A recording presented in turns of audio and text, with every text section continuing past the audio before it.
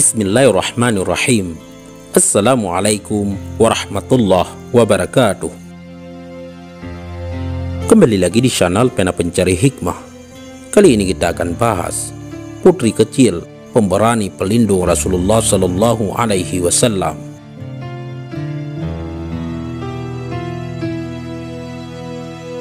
Jangan lupa sukai video ini, komen, dan berlangganan, serta bagikan video ini agar bermanfaat bagi semua.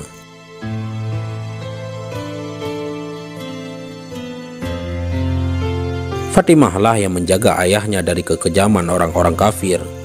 Karena khidmatnya yang begitu besar kepada ayahnya, ia bahkan diberi gelar Ummu Abiha, yang artinya ibu dari ayahnya.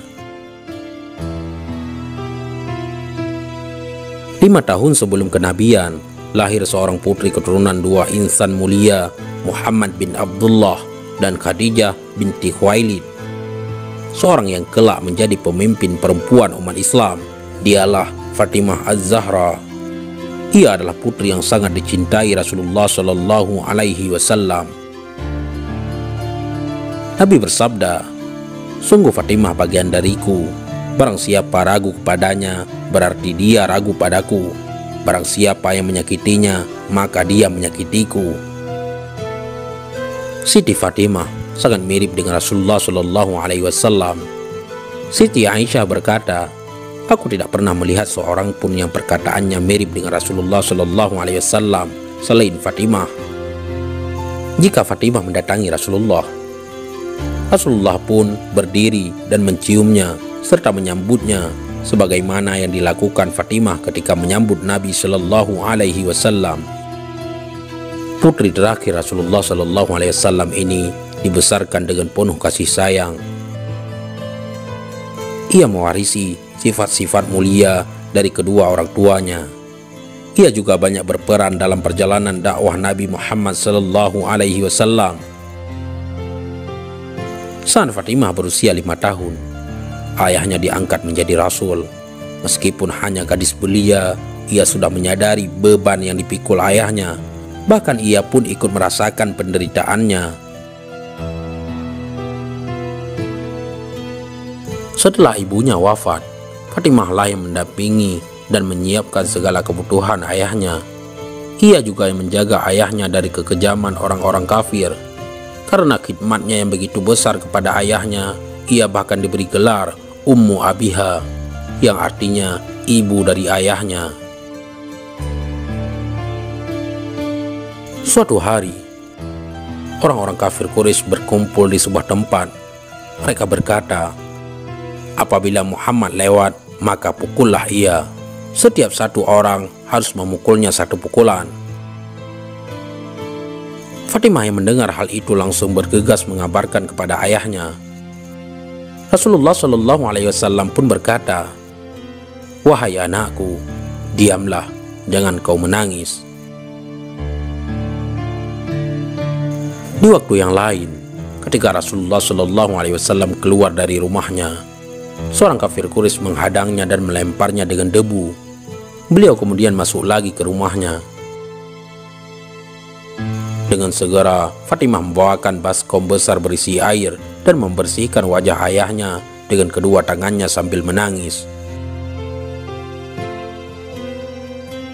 Rasulullah Shallallahu Alaihi Wasallam pun berkata, "Wahai anakku, janganlah menangis, karena sesungguhnya Allah Subhanahu wa Ta'ala adalah pelindung ayahmu."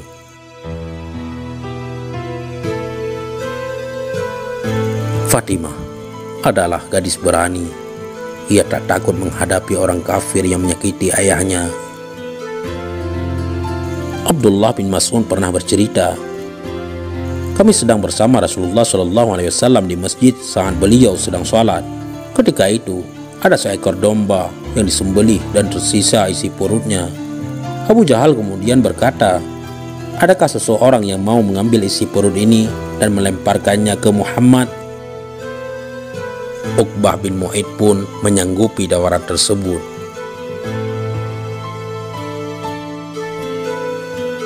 Tepat saat Rasulullah Shallallahu Alaihi Wasallam bersujud, Uqbah bin Mu'in melemparkan isi perut tersebut ke punggung Nabi Shallallahu Alaihi Wasallam. Mereka pun tertawa keras, sedangkan orang-orang di sekitar Nabi Shallallahu Alaihi Wasallam tak berani bertindak. Abdullah bin Mas'ud berkata, kami takut untuk mengangkat dari punggung Nabi Shallallahu Alaihi Wasallam, sedangkan aku hanya berdiri melihatnya. Seandainya aku memiliki kekuatan, maka akan aku lempar isi perut tersebut dari punggung Rasulullah Shallallahu Alaihi Wasallam. Ketika itu, Rasulullah Shallallahu Alaihi Wasallam masih saja bersujud hingga akhir Fatimah datang dan mengangkat kotoran tersebut dari punggungnya.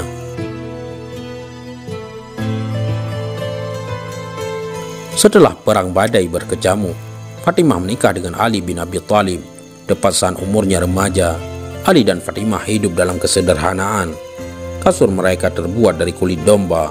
Apabila mereka hendak tidur, maka mereka membalikkan bulunya, sedangkan bantalnya terbuat dari kulit yang diisi dengan rumput kering. Ali dan Fatimah dikaruniai 4 orang anak. Mereka adalah Hasan, Husain, Zainab, dan Ummu Kalsum.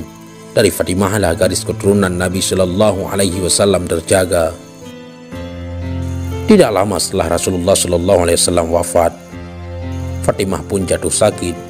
Ia kemudian mengembuskan nafas terakhirnya di usianya yang ke-27 pada malam Selasa 13 Ramadan 11 Hijriah, tepat 6 bulan setelah kepergian ayahnya.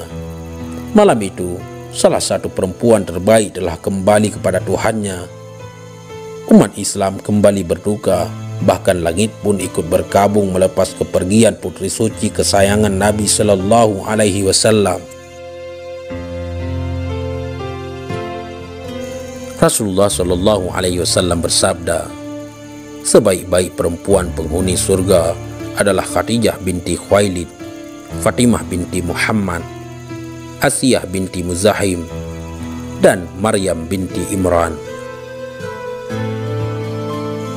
Allahumma salli ala Sayyidina Muhammad wa ala ali Sayyidina Muhammad. Mudah-mudahan ini semua bermanfaat. Assalamualaikum warahmatullahi wabarakatuh.